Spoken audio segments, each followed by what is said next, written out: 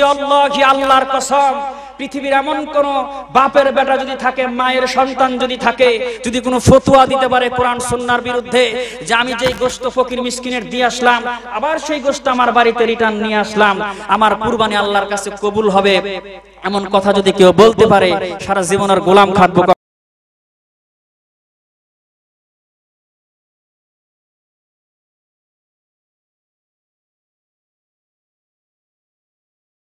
শুধু বারবার আবৃত্তি করা হয়, এ পর্যন্তই শেষ নয়। যাদের কলিজার মধ্যে, যাদের অন্তরের মধ্যে আল্লাহর ভয় আছে, কোরআন শোনার সঙ্গে সঙ্গে তাদের গা শিহরিত হয়ে ওঠে। কথা বলেন ঠিক কিনা?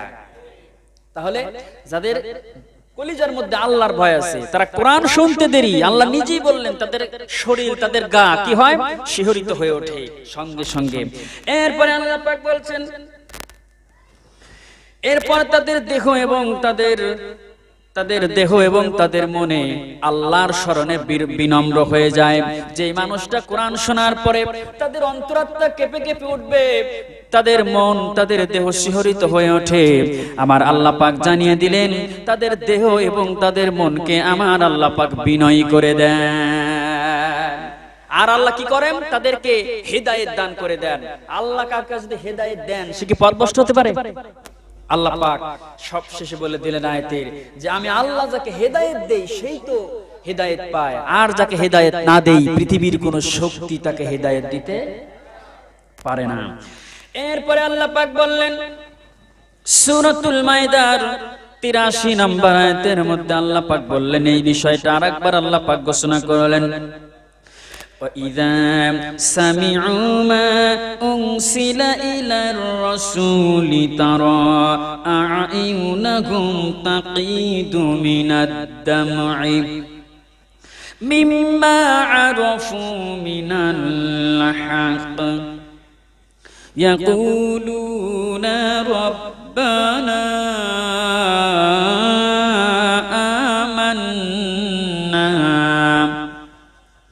فاكتبنا مع الشاهدين।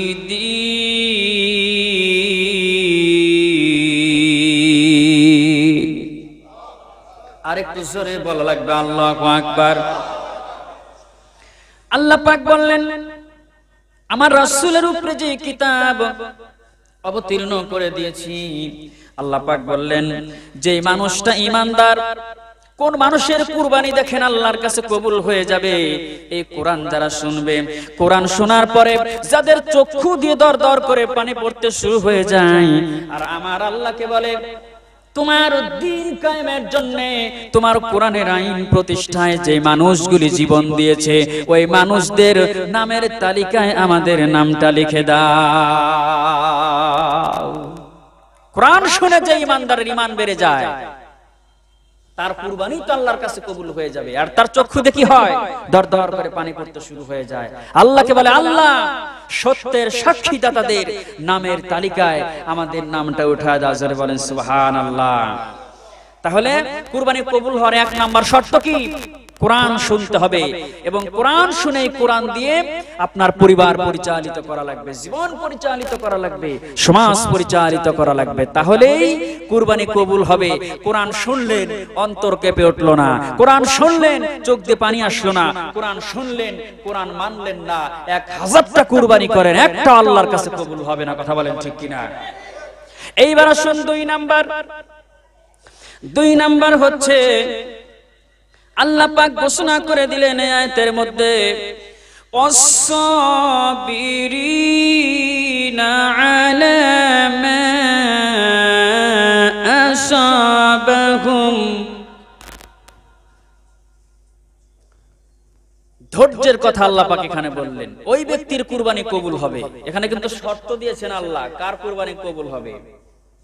যে ব্যক্তি ধৈর্যশীল, আল্লাহর দ্বীন কায়েমের জন্য, কোরআনের আইন প্রতিষ্ঠায়, বাতিল শক্তির নির্যাতনে যে যত বেশি ধৈর্য ধারণ করতে পারবে, তার কুরবানি আমার আল্লাহর কাছে তত তাড়াতাড়ি কবুল হয়ে যাবে। জোরে বলেন সুবহানাল্লাহ। তাহলে দেখেন, কোরআনে, পবিত্র কোরআনুল কারীমে ৮২ বার এসেছে নামাজের কথা। কিসের কথা? আর 112 বার এসেছে ধৈর্যের কথা। নামাজের চাইতেও ধৈর্যের কথা আল্লাহ বেশি আলোচনা করেছেন, কারণ ধৈর্যশীল যারা ঈমানদার তারা কি করে? ধৈর্যশীল হয় তারা। দেখেন, আপনার উপরে নির্যাতন আসতেই পারে, বাতিল সত্যের নির্যাতন আসবেই। সারা বিশ্ব জুড়ে আজকে মুসলমানদের উপরেই তো শুধু নির্যাতন, কথা বলেন ঠিক কিনা? আজকে বিশ্বের দিকে তাকান, যেই দেশের দিকে তাকাবেন সেখানে শুধু মুসলমানদের উপরে নির্যাতন চলছে। সুতরাং আল্লাহর দ্বীন কায়েমের জন্য, কোরআনের আইন প্রতিষ্ঠায় যে যত বেশি ত্যাগ স্বীকার করবে, যে যত বেশি কষ্ট স্বীকার করবে, যে যত বেশি ধৈর্য ধারণ করবে, আমার আল্লাহ পাক তার কুরবানি তত বেশি কবুল করে নেবেন। ও মুসলমানেরা, আল্লাহর দ্বীন কায়েমের জন্য, আল্লাহর কোরআনের আইন প্রতিষ্ঠা করার জন্য হাজার হাজার মানুষ রয়েছে। 1 বছর নয়, 2 বছর নয়, 5 বছর হয়ে যায়, 10 বছর হয়ে যায়, নিজের ঘরে ঘুমাইতে পারে না।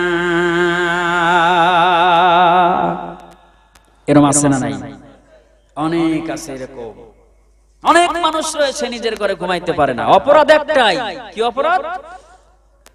আল্লাহর জমিনে আল্লাহর দ্বীন কায়েমের জন্য তারা প্রাণান্তকর চেষ্টা করেছে। এই অপরাধে আজকে তাদের অবস্থা। কত মানুষ জীবন দিল, কত মানুষ ফাঁসির মঞ্চে শহীদ হয়ে গেল, কত মানুষ গুম হয়ে গেল। এই যে গুমের বিষয়টা দেখেন, আজকে হাজারো মানুষ গুম হয়ে যাচ্ছে, তাদের কোনো খবর নাই। এরকম আছে না নাই? এরকম আছে। আমাদের সরকারও জানে না যে আসলে মানুষটা গুম হয়ে কোথায় চলে যাচ্ছে। দেখেন, সরকারের ভাবমূর্তি নষ্ট করার জন্য, সরকারের ভাবমূর্তি, যদি আমাদের দেশে যে গোয়েন্দা বিভাগের গোয়েন্দা ভাইরা আছে, ওনারা প্রাণান্তকর চেষ্টা করে কিন্তু অপরাধীদেরকে ধরে নিয়ে যায়, কথা বলেন ঠিক কিনা? তারা কিন্তু গুম করে না, নিয়ে যায়। কি করে না? তারা তো সরকারি লোক, তারা কেন গুম করবে? এরপরে দেখেন প্রশাসনিক ভাইরা যারা আছেন, তারা যদি নিয়ে যায়, মানুষের অপরাধ পেলে মানুষকে নিতেই পারে, কারণ তাদেরকে তো এই অপরাধীদেরকে গ্রেফতার করে জায়গা মতো নিয়ে যাওয়ার জন্য তাদেরকে রাখা হয়েছে। কিন্তু এমন কিছু মানুষ প্রশাসনের নাম দিয়ে, গোয়েন্দা বিভাগের নাম দিয়ে একজন আরেকজনের সাথে শত্রুতা আছে। কি আছে? এরকম হচ্ছে না? একজনের সাথে আরেকজনের শত্রুতা আছে, সেটা তোমার সামাজিকতা নিয়ে তোমার শত্রুতা, কিন্তু যা বলতেছে আমি প্রশাসনের লোক। এরকম আছে না নাই? ধরে নিয়ে তাকে গুম করে দিচ্ছে। এরকম ধরনের কোন ঘটনা যদি ঘটে, তাহলে আপনারা অবশ্যই সেটা প্রোটেক্ট দিবেন। একজন মানুষকে যদি, আপনাকে যদি একজন নিয়ে যেতে চায়, আপনাকে যদি তাকে নিয়ে যেতে চায়, একটা মানুষকে যদি বলে যে না আমি প্রশাসনের লোক, তার কাছ থেকে পুরো অ্যাড্রেস রাখার পরে অথবা থানায় ফোন দিবেন, তারা এসে আপনাকে নিয়ে যাবে। কথা বলেন ঠিক কিনা? কারণ এতে আমাদের সরকারেরও কিন্তু ক্ষতি হচ্ছে। কথা বলে হচ্ছে কিনা? কারণ সরকারি দলের লোকের নাম দিয়ে তারা নিয়ে যায় খারাপ কাজগুলি করছে। সুতরাং এই বিষয়গুলি সরকারকে আমাদের সহযোগিতা করা দরকার। যে কেউ গুম হয়ে যেতে পারে, সামনে থেকে নিয়ে যেতে পারে, এগুলি প্রোটেক্ট দিবেন। হ্যাঁ, যদি সরকারি লোক হয়, তারা যদি দিতে পারে যে না আমরা আসলে সরকারি লোক, আলহামদুলিল্লাহ, কোনো সমস্যা নেই, তাকে নিয়ে যাই, কোনো সমস্যা নাই, তাকে গুম করতে পারবে না, কারণ সে সরকারি লোক। আর যারা টার্গেট করে যে ওর সাথে আমার শত্রুতা আছে, ওনাকে আমি গুম করে দেব, তাহলে আমাদেরও ক্ষতি, সরকারেরও ক্ষতি, প্রশাসনেরও ক্ষতি। কথা বলেন ঠিক কিনা? আমাদের সরকারের ক্ষতি হোক এটা আমরা চাই না, প্রশাসনের ক্ষতি হোক এটাও আমরা চাই না। কথা বলেন ঠিক কিনা? আমরা সহযোগিতা করবো ইনশাআল্লাহ। তাহলে দেখেন, এই যে এই বিষয়টা আমাদের মাথায় রাখতে হবে যে দ্বীন কায়েমের জন্য আপনার চেষ্টা অবশ্যই করতে হবে। এরপরে আসেন, কুরবানি কবুল হওয়ার 3 নম্বরের শর্ত হলো সালাত কায়েম করতে হবে। আমার আল্লাহ পাক ঘোষণা করে দিলেন, ওয়ামুকিমিস সালাতি ওয়া মিম্মা রাযাকনাহুম ইউনফিকুন। ওয়ামুকিমিস সালাত, কুরবানি কবুল হওয়ার জন্য 3 নাম্বার শর্ত কি বলেন তো? এই কথা কন, সালাত করতে হবে, সালাত কায়েম করতে হবে। মুকিমিস সালাত, আগে সালাত, পরে কি? কুরবানি। যেদিকে জানি না সালাতি অনুসুকি, আগে সালাত পরে নহর কুরবানি। সূরাতুল আনআমে এসেছে আগে সালাত পরে কি? কুরবানি। এরপরে সূরা কাউসারে যদি আসেন, তারপরে দেখেন যে ফাসল্লিলি রাব্বিকা অনহার ফাসাল্লি, আগে সালাত পরে কি কথা কর, পরে কুরবানি। এখন আসুন, যারা সালাত পড়ে না তাদের কুরবানি হবে? আপনারাই ফতোয়া দেন, কুরবানি হবে? তাদের কুরবানি হবে না। যে মানুষটা সালাত পড়ে না 100টাও যদি কুরবানি দেয়, 1 লক্ষটাও যদি দেয়, আমার আল্লাহর দরবারে একটা কুরবানিও কবুল হবে না। কুরবানি যদি কবুল করাইতে চান, কাঙ্ক্ষিত মানের কুরবানি যদি আপনি করতে চান, আগে সালাত পড়েন, পরে কুরবানি দেন। এরপরে আসেন বেনামাজির সঙ্গে যদি আপনি সুর মিলাইয়া ভাগ দেন, ভাগে কুরবানি আছে না নাই? আপনারটাও হবে না। আরো যারা আপনার সঙ্গে ভাগ দিয়েছে, একটা মানুষেরও কুরবানি কবুল হবে না। 5 জন ভাগ দিয়েছেন, 1 জন বেনামাজি, কারো কুরবানি হবে না। অত সোজা না কুরবানি। একটা জিনিস হবে গোশত খাওয়া, এটা তো হবে নাকি? সওয়াব নাই, গোশত খাওয়া আছে। কারণ বর্তমান সমাজের যে অবস্থা, কুরবানির যে গোশত বন্টন, কুরবানির যে নিয়ম নীতি চালু হইছে, কয়জনের কুরবানি যে কবুল হয় আল্লাহই ভালো জানে, কথা কোন ঠিক কিনা? কোন ভাগ বটোয়ারা নাই, গরু জবাই করি আগে ফ্রিজ ভরে, আছে না নাই? আবার এরকমও রিপোর্ট আমার কাছে আছে যে এই যে কোনো ভাগ টাগ নাই, শুধু ফ্রিজ ভরছে, পরবর্তীতে দেখা যায় যে এই গোশতের উপরে আল্লাহর গজব পড়ছে, পরে তুরাগ নদীতে নিয়ে যা ফেলা দেয়। প্রমাণ ছাড়া কথা কই না, কিন্তু নাম বলা যাবে না, জানি দেখি তো বলি। এরকম করা যাবে? করা যাবে না। কতজন আছে সামান্য কিছু গোশত রেখে সব দিয়ে দেয়। দেন, মানুষের দেওয়াই তো শান্তি, কথা কোন ঠিক কিনা? মানুষকে খাওয়াইলে পারে অনেক ভালো লাগে। ইমানদার যারা, তারা মানুষকে খাওয়ায়া আল্লাহ সন্তুষ্টি অর্জন করে। সুবহানাল্লাহ বলেন। দেন, মানুষকে দেন, মানুষকে খাওয়ান। কারণ অন্ন এবং বস্ত্র, খাওয়ানো এবং পরানো, এই দুইটা দান আল্লাহর কাছে সবচেয়ে প্রিয়। সুবহানাল্লাহ বলেন। করব তো ইনশাআল্লাহ। ইনশাআল্লাহ আল্লাহ পাক আমাদেরকে কবুল করে, জোরে বলেন আমিন। সুতরাং সালাত পড়বেন, একে 1 ওয়াক্ত পড়লে চলবে না, 5 ওয়াক্ত পড়া লাগবে? কয় ওয়াক্ত? সূরাতুল হুদ 114 নম্বর আয়াতের মধ্যে আমার আল্লাহ পাক ঘোষণা করলেন, ওয়া আকিমিস সালাতা তারফাইন নাহারি ওয়া সুলাফাম মিনাল লাইল ইন্নাল হাসানাতি ইউযহিবুনাস সাইয়্যাত। আমার আল্লাহ পাক বললেন, রাত এবং দিনে 5 ওয়াক্ত সালাত আদায় করো। যারা সালাত আদায় করবে, ইন্নাল হাসানাতি ইউযহিবুনাস সাইয়্যাত, তাদের জীবনের সমস্ত গুনাহগুলো আমার আল্লাহ নেকি দিয়ে পরিপূর্ণ করে দিবে। তাহলে দিনরাত 5 ওয়াক্ত সালাত যদি আমরা পড়ি, জীবনে যত গুনাহ করেছেন সমস্ত গুনাহগুলো নেকি দ্বারা পরিবর্তন কে করে দিবেন? কোরআনের ঘোষণা এটা। সূরাতুল হুদ 114 নম্বর আয়াতের তাফসীর দেখেন। সূরাতুল আর-রুম 17 এবং 18 নম্বর আয়াতের মধ্যে আমার আল্লাহ পাক বললেন, ফাসুবহানাল্লাহি হিনা তুমসুনা ওয়া হিনা তুসবিহুন ওয়ালাহুল হামদু ফিস সামাওয়াতি ওয়াল আরদি ওয়া আশিয়াও ওয়া হিনা তুযহিরুন। এখানে তুমসুনা মানে ফজরের নামাজ, তুযহিরুনা মানে জোহরের নামাজ, আশিয়াও মানে আসরের নামাজ, তুসবিহুনা মানে মাগরিবের নামাজ। বাকি আছে কয় ওয়াক্ত? 1 ওয়াক্ত ইশা। সূরাতুল আন-নূর, সূরাতুন নূরের 58 নম্বর আয়াতের মাঝের অংশে আছে, আমিম বাদি সালাতিল ইশাই। তাহলে কয় ওয়াক্ত পেলাম আমরা? 5 ওয়াক্তের দলিল কোরআন থেকে আমরা পেয়ে গেলাম। 5 ওয়াক্ত সালাত পড়ব তো ইনশাআল্লাহ। জোরে বলে পড়ব তো ইনশাআল্লাহ। আল্লাহ পাক আমাদেরকে এই 5 ওয়াক্ত সালাত পড়ার তৌফিক দিক, জোরে বলেন আমিন। শুধু 5 ওয়াক্ত পড়লেই চলবে না, আরো পড়া লাগবে। তাহাজ্জুদের সালাতের কথা আছে না নাই? সূরাতুল বানী ইসরাঈল 79 নম্বর আয়াতে আল্লাহ পাক বললেন, আমিনাল লাইলি ফাতাহাজ্জাদ বিহি নাফিলাতান লাক আসা আন ইয়াবআসাকা রাব্বুকা মাকামান মাহমুদা। আল্লাহ পাক বললেন, ইয়া রাসূলুল্লাহ, আপনি তাহাজ্জুদের সালাতে মশগুল হয়ে যান, আপনাকে আমি মাকামে মাহমুদ দান করে দেব। একটা জায়গার নাম। কিসের নাম? কিয়ামতের মাঠে মাকামে মাহমুদটা হচ্ছে একটা জায়গার নাম, যেই জায়গাতে দাঁড়িয়ে বিশ্বনবী আমাদেরকে শাফায়াত করে করে আল্লাহর জান্নাতে পৌঁছায় দিবে। তাহলে বিশ্বনবী যদি তাহাজ্জুদ পড়ে মাকামে মাহমুদ লাভ করতে পারে, আমরা কি তাহাজ্জুদ পড়ে বিশ্বনবীর শাফায়াত লাভ করতে চাই না? চাই। আল্লাহ পাক আমাদেরকে কবুল করে নিক, জোরে বলেন আমিন। চতুর্থ নাম্বার শর্ত হচ্ছে একমাত্র আল্লাহর সন্তুষ্টি অর্জনের জন্য কুরবানি দেওয়া লাগবে। রাজি আছেন ইনশাআল্লাহ?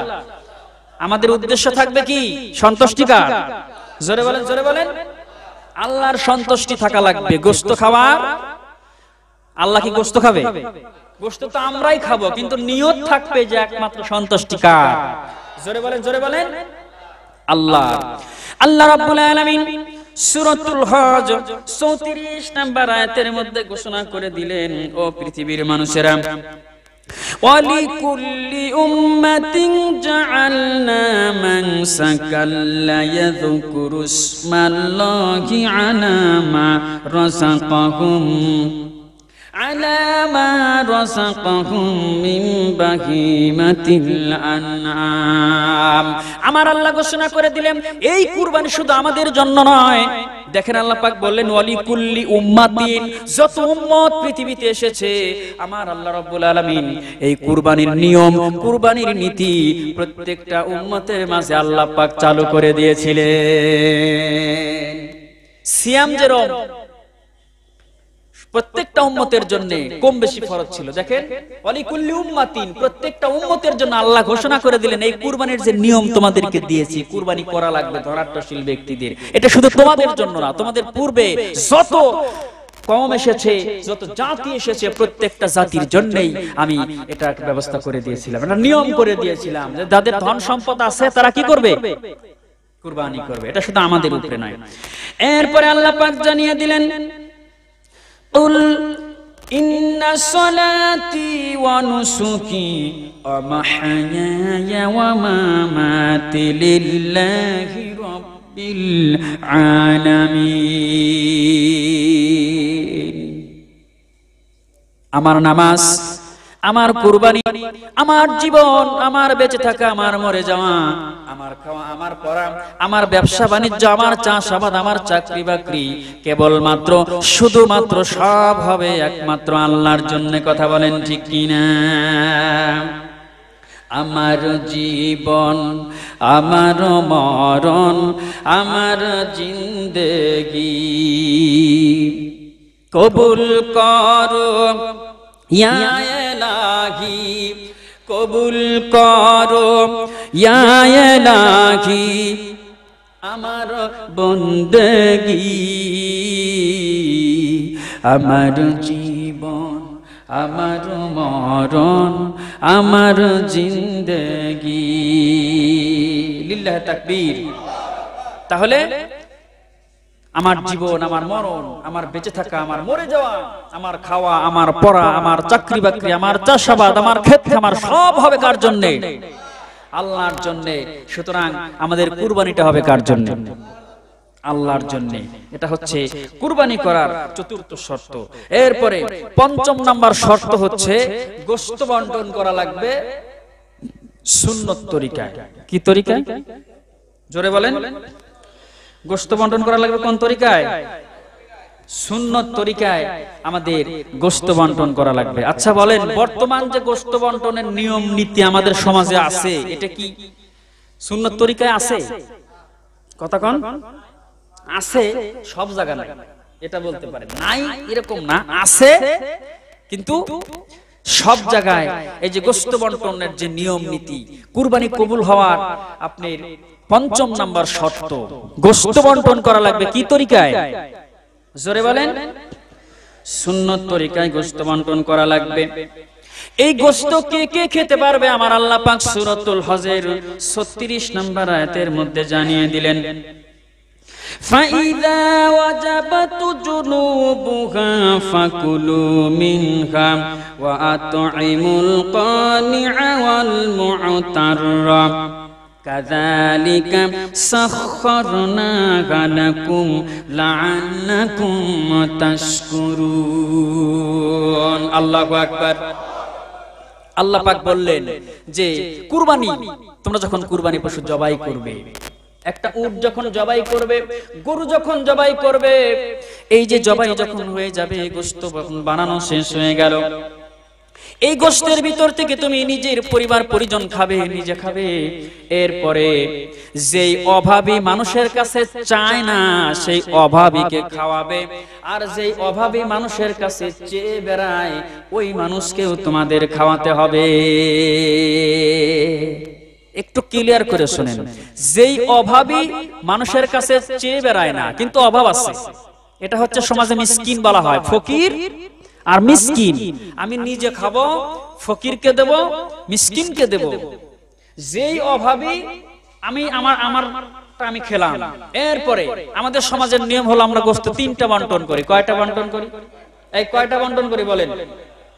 এটা কিন্তু মাসালা, মনে রাখবেন।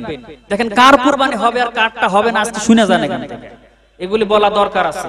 কারণ প্রত্যেকটা সমাজের ইমামের দায়িত্ব মেসেজগুলি মানুষের কাছে পৌঁছে দেওয়া। চাকরি থাক আর যায়, কতক্ষণ ঠিক কিনা? চাকরি থাক আর যায়, কারণ রিজিকের মালিক কে? আল্লাহ। মসজিদে আমি ইমামতি করি, একটা ওসিলা, কমিটিরা প্রাণান্তকর চেষ্টা করে, আমাকে হাদিয়া দেয়, বেতন দেয়, আমি বউ সওয়াল নিয়ে ভালোভাবে চলি। এটা একটা কমিটিদের এই প্রাণান্তকর চেষ্টার একটা ওসিলায় আমরা চলি, কথা বলেন ঠিক কিনা? কিন্তু রিজিক দেন কে? আল্লাহ। কিন্তু যেই মসজিদের ইমাম সাহেব এই কথাগুলি বলতে পারবে না, কিয়ামতের মাঠে ওর জবাব দিতে আছে না নাই? এই আছে না নাই? ইমামরা সমাজকে পরিবর্তন করবে। ইমাম মানে কি? নেতা। কোরআন এবং সুন্নাহ অনুযায়ী সমাজ কেমনে পরিচালিত হবে এটা দায়িত্ব ইমামের। ইমাম দিক নির্দেশনা দিবে, কমিটিতে যারা আছেন তারা সেই কোরআন সুন্নাহ অনুযায়ী দিক নির্দেশনা নিয়ে তার সমাজকে পরিচালিত করে আল্লাহর জান্নাতে চলে যাবে। সুবহানাল্লাহ বলেন। এটাই তো নিয়ম না? এই যে তিনটা ভাগ হয়ে গেল, একটা ভাগ আপনি নিজের জন্য রেখে দিলেন। এই আয়াতের মধ্যে আল্লাহ পাক ঘোষণা করলেন যেই অভাবী মানুষের কাছে হাত পাতে না, এরা হচ্ছে আপনার আত্মীয় স্বজন যারা কুরবানি দিতে পারে নাই, আপনার সমাজের মানুষ যারা কুরবানি দিতে পারে নাই, ওরা মিসকিন। ওরা কি মানে আমরা যেটা বুঝি সেভাবে বলি, একটা ফকির একটা মিসকিন। দেখেন এই যে অভাবী মানুষের কাছে মানে চাইতেও পারে না, কইতেও পারে না, এরকম আছে না নাই? মনের কষ্ট মনের মধ্যে রাখে, কুরবানি দেওয়ার সামর্থ্য নাই, কি নাই? দেখেন এই যে অভাবী মানুষের কাছে চায় না, মানে এই অভাবের কারণে কুরবানি দেওয়ার সামর্থ্য নাই, কিন্তু এমন একজন ব্যক্তি আরেকজনের কাছে যায় গোশত চাইতে পারে না, এরকম আছে না নাই? এই কথা বলেন, আছে না নাই? আপনি দেখবেন আপনার সমাজে 100টা ঘর আছে, 100 ঘরের ভিতরে কোন অভাবী এরকম কুরবানি দিতে পারে নাই, অভাবের কারণে ওর কুরবানি দেওয়ার সামর্থ্য নাই। কুরবানি দেওয়ার কি নাই? সামর্থ্য নাই, কিন্তু কুরবানি দিতেও পারে নাই, কারো কাছে চাইতেও পারে না। ওই মানুষের বাড়িতে আপনার গোশত পৌঁছা দেওয়া লাগবে। আমার কথা ক্লিয়ার? বুঝতে পারছি ইনশাআল্লাহ? ইনশাআল্লাহ আমরা বুঝতে পেরেছি। এরপরে আরেক শ্রেণীর মানুষ হচ্ছে, তারা হচ্ছে মানুষের কাছে চেয়ে বেড়ায়, 2 টুকরা হলেই তারা সন্তুষ্ট, 1 টুকরা হলেই সন্তুষ্ট, আধা কেজি হলেই, 1 পোয়া গোশত দিলে, অর্থাৎ 2 টুকরা দিলেই ওরা সন্তুষ্ট হয়ে আপনার দরজা থেকে চলে যাবে। তারা হলো ফকির। আল্লাহ পাক আয়াতের মধ্যে বললেন তারা মানুষের কাছে চেয়ে বেড়ায়। যেই অভাবী মানুষের কাছে চেয়ে বেড়ায় ওটা ফকির, আর যেই অভাবী মানুষের কাছে চায় না, অভাব আছে, ওটা কি? মিসকিন। সুতরাং আপনি নিজে খাবেন, সমাজের এই মানুষগুলিকে খাওয়াতে হবে। যদি আমরা এইভাবে খাওয়াইতে পারি তাহলে অবশ্যই আপনার কুরবানি কার কাছে কবুল হয়ে যাবে? জোরে বলেন। নাকি না রান একটা কাটিয়ে ফ্রিজে ঢুকাবেন? কোনটা? এরকম আছে না নাই? এগুলি করা যাবে না। এরপরে দেখেন সামাজিকতা কত নিম্ন পর্যায়ে আমরা নিয়ে গেছি ইমাম সাহেবরা। কেন এই কথা বললাম? খুব মনোযোগ দিয়ে শুনেন। 3টা বন্টক হয়, 3টা বন্টক করে একটা আত্মীয় স্বজনকে দিয়ে দেই, একটা কাকে দেই? আত্মীয় স্বজনকে দিয়ে দিই, আর একটা নিজের জন্য রাখি, আর একটা ভাগ নিয়ে যায় সমাজে দিয়ে আসি। কোথায় দিয়ে আসি? এই যে কোরআনে আল্লাহ পাক এই যে সূরাতুল হজের, এখানে কি আল্লাহ পাক বলছে যে তোমরা আরেকটা ভাগ করে এই সমাজে দিয়ে এসো? এই কথা কারণ না কে? আল্লাহ এখানে বলেন নাই। হ্যাঁ, সামাজিকতা থাকতে পারে, আপনি দেন, ওই সিস্টেমে দেওয়া লাগবে। কোন সিস্টেমে? যেই সিস্টেমটা লালদিঘি মাদ্রাসা মসজিদে চালু আছে। আলহামদুলিল্লাহ বলেন। আপনি সমাজে গোস্ত দিতে পারেন কোন নিয়মে? যেই নিয়মটা লালদিঘি মাদ্রাসা মসজিদে চালু আছে এই নিয়মে দিতে পারেন, তাহলে কুরবানি কবুল হবে। কিন্তু আরো সাইড সুইডে যে সমাজগুলো আছে, তিনটা ভাগ করে একটা ভাগ সমাজে দিয়ে আসলাম, ওই একটা ভাগ কি করলো? আবার মনে করেন যে 100 ঘরের সমাজ, ওই একটা ভাগ 100টা বন্টন করে আবার সে আমার গোস্ত আমার বাড়িতেই পৌঁছায় দিল। আল্লাহি, আল্লাহর কসম, আল্লাহি, আল্লাহর কসম, কোরআন সামনে নিয়ে বলছি, আল্লাহি, আল্লাহর কসম, পৃথিবীর এমন কোন বাপের বেটা যদি থাকে, মায়ের সন্তান যদি থাকে, যদি কোনো ফতোয়া দিতে পারে কোরআন সুন্নাহর বিরুদ্ধে, যে আমি যেই গোশত ফকির মিসকিনের দিয়ে আসলাম আবার সেই গোশত আমার বাড়িতে রিটার্ন নিয়ে আসলাম, আমার কুরবানি আল্লাহর কাছে কবুল হবে, এমন কথা যদি কেউ বলতে পারে, সারা জীবনের গোলাম খাটবো, কখনো সামনে আসবো না। কিয়ামত পর্যন্ত সময় দিয়ে গেলাম, আমার মরা পর্যন্ত আমি সময় দিলাম। এমন কোন ইমাম, এমন কোন আলেম, মুফতি যদি ফতোয়া দিতে পারে আর কুরবানি হবে, আশা করি পৃথিবীর এমন কোন শক্তি নাই যে এখানে এসে এই ফতোয়াটা দিতে পারে। আমি একটা ভাগ দিয়ে দিলাম ফকির মিসকিনকে, সমাজের সেই ভাগটা সামাজিকতা, সমাজের যারা দায়িত্বশীল আছে এরা কি করে? আবার বন্টন করে ভাগগুলো আমরাই নিয়ে আসি। এরকম আছে না নাই? আছে না নাই? এক টুকরা গোশত যদি আপনার পাতিলে ওঠে, কুরবানি হবে? এই কথা কোন নাকি কুরবানি হবে? কুরবানি হবে না। হ্যাঁ, আমি সমাজে গোশত দিতে পারি, আমি দেখব আমার সমাজে যেরকম লালদিঘি মাদ্রাসা মসজিদে যে নিয়ম চালু আছে, 40 ঘরের সমাজ 20 ঘর কুরবানি দিতে পারছে, 20 ঘর দিতে পারে নাই। যেই 20 ঘর কুরবানি দিতে পারছে, ওনাদের কাছ থেকে এখানে বলা হয় যে আপনি কতটুকু দিবেন, আপনার ইচ্ছা অনুযায়ী, কেউ 5 কেজি, কেউ 10 কেজি, কেউ 2 কেজি, যে যতটুকু দেয় তার ইচ্ছা অনুযায়ী যখন এই গোশতটা এখানে পৌঁছায় দিবে, দেওয়ার পরে যেই 20 ঘর কুরবানি দেয় নাই আমরা বন্টন করে তাদের বাসায় পৌঁছায় দেব। আলহামদুলিল্লাহ পড়েন। কিন্তু যারা দিছে তারা আর এক টুকরা পাবে না। কি পাবে না? যারা দিছে এখানে তারা পাবে। যদি ন্যায় কুরবানি হবে, যদি সমাজের মানুষগুলা দেয়, তাদের জবাবদিহিতা আছে না নাই? এটা ইমামের দায়িত্ব। সুতরাং সমাজ গঠন করার পূর্বে বলেছিলাম, যদি এই সিস্টেমে করতে পারেন করেন, না হলে পরে সমাজই দরকার নাই, যেমনি আছে এমনিই ভালো। কথা কোন ঠিক কি না? সুতরাং যে গোশত বন্টন করা লাগবে সুন্নত তরিকায়। কি তরিকায়? সুন্নত তরিকায়। আমি যে কথাগুলি বললাম মনে থাকবে ইনশাআল্লাহ। যারা কুরবানি দিবেন এই সিস্টেমে করবেন, গোশত সমাজে দিয়ে। এটা তো আসলে আবার ওই গোশতগুলি আবার বিক্রি করা হয়। আশপাশে অনেক সমাজ থেকে আমার কাছে রিপোর্ট আসে, হুজুর 100টা ভাগ করছি, ভাড়াটিয়া নিয়ে অভাব নাই, বাড়িওয়ালাও সমাজে আছে, ভাড়াটিয়াও আছে, কত ভাড়াটিয়া চলে যাবে বাড়িতে, এই ভাড়াটিয়ার গোশত কে নিবে? এই আছে না নাই? তখন কি হয়? গোশত বেচে দেয়। আচ্ছা, কুরবানির গোশত বেচা যাবে? এই কথা কন না কে? বেচা যাবে কুরবানির গোশত? কুরবানি হবে? কুরবানি হবে না। এই বিষয়গুলো আমাদের মাথায় রাখতে হবে ভাই। সুতরাং এই যে কুরবানি কবুল হওয়ার আরেকটি শর্ত হচ্ছে, দেখেন এই আয়াতের শেষে আল্লাহ পাক বলে দিলেন যে রাসাতনাকুম ইউনফিকুন, কুরবানি কবুল হওয়ার 6 নাম্বার শর্ত হচ্ছে আল্লাহ তোমাকে যে রিজিক দিয়েছেন এই রিজিক থেকে আল্লাহর রাস্তায় ব্যয় করা লাগবে। এটা আমার কথা নাই, যে কোরআনের সূরাতুল হজের 35 নাম্বার আয়াতের শেষের কথা। আল্লাহ পাক বললেন, বান্দারে কুরবানি করবি, তোর কুরবানি এমনিতেই কবুল হবে না। কুরবানি আল্লাহর দরবারে যদি কবুল করাতে চাস, অবশ্যই আল্লাহর দরবারে যদি কুরবানি তুমি কবুল করাতে চাও, আল্লাহর রাস্তায় সদকা করা লাগবে, দান করা লাগবে, তোমার রিজিক থেকে ব্যয় করা লাগবে। রাজি আছি তো ইনশাআল্লাহ? রাজি আছি তো ইনশাআল্লাহ? সুতরাং কুরবানি এটা একটা ওয়াজিব। কুরবানি কি? ইমাম আজম আবু হানিফার মতে কুরবানি করা হচ্ছে ওয়াজিব, ইমাম আহমদ বিন হাম্বলের মতে সুন্নতে মুআক্কাদা। যাই হোক, ওয়াজিব হোক, সুন্নতে মুআক্কাদা হোক, যাদের অর্থ আছে, সম্পদ আছে, কুরবানি করার দরকার আছে না নাই? জোরে বলেন, আছে না নাই? কুরবানি করার প্রয়োজন রয়েছে। সুতরাং অর্থ থাকার পরেও যদি আপনি কুরবানি না দেন, আপনি গুনাহগার হয়ে যাবেন। কথা বলেন ঠিক কি না? ওয়াজিব তরফ করার কারণে গুনাহগার হয়ে যাবেন। এই লালদিঘি মাদ্রাসা মসজিদের সমাজের আওতাভুক্ত যারা আছেন, আমি আপনাদের কিন্তু আহ্বান করব, গত বছর এমন কিছু ব্যক্তি আপনারা কুরবানি দেন নাই, যাদেরকে আল্লাহ পাক কুরবানি দেওয়ার মতো সামর্থ্য দিয়েছিল।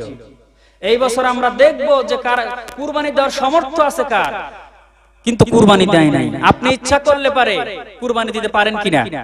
ভাগে কুরবানি দেন। 70,000 টাকা হলে একটা গরু কিনতে পাওয়া যায়, আপনি 7 জনে দেন, 10,000 টাকা ব্যবস্থা হবে না? এই সামাজিকতা যারা করেন, লাল দিঘি মসজিদের সমাজ করেন, আমি আপনাদেরকে আহ্বান করব অন্তত 10,000 করেও যদি হয় 7 জনে 70,000 টাকা গোছায় কুরবানি দেন, তারপরেও আপনি সেই অজীবের ভিতরে পড়বেন। অজীব তরফ করার গুনাহ আপনার আমলনামায় হবে না। আমি কিন্তু জানি কার কুরবানি দেওয়ার সামর্থ্য আছে আর কার নাই, কার টাকা পয়সা কত আছে আমি কিন্তু না জানা না, এই জন্য কিন্তু একটু টাচ দিলাম, কথাটা মাথায় রাখবেন। চিন্তা যদি নাও থাকে এই মুহূর্তে নিয়ত করেন যে আমি ভাগেও যদি হয় 10,000 টাকা করে দিয়ে কুরবানি করবো ইনশাআল্লাহ। আল্লাহ পাক কবুল করে নিক, জোরে বলেন আমিন। আরেকটু জোরে বলে আমিন। সুতরাং এই 6টা শর্ত যদি আপনার ভিতরে থাকে, প্রথম শর্ত আল্লাহর কোরআন শুনলে পারে অন্তরাত্মা কেঁপে কেঁপে উঠবে। 2 নাম্বার ধৈর্য ধারণ করা লাগবে। 3 নাম্বার সালাত কায়েম করা লাগবে। 4র্থ নাম্বার কি বললাম মনে আছে আপনাদের?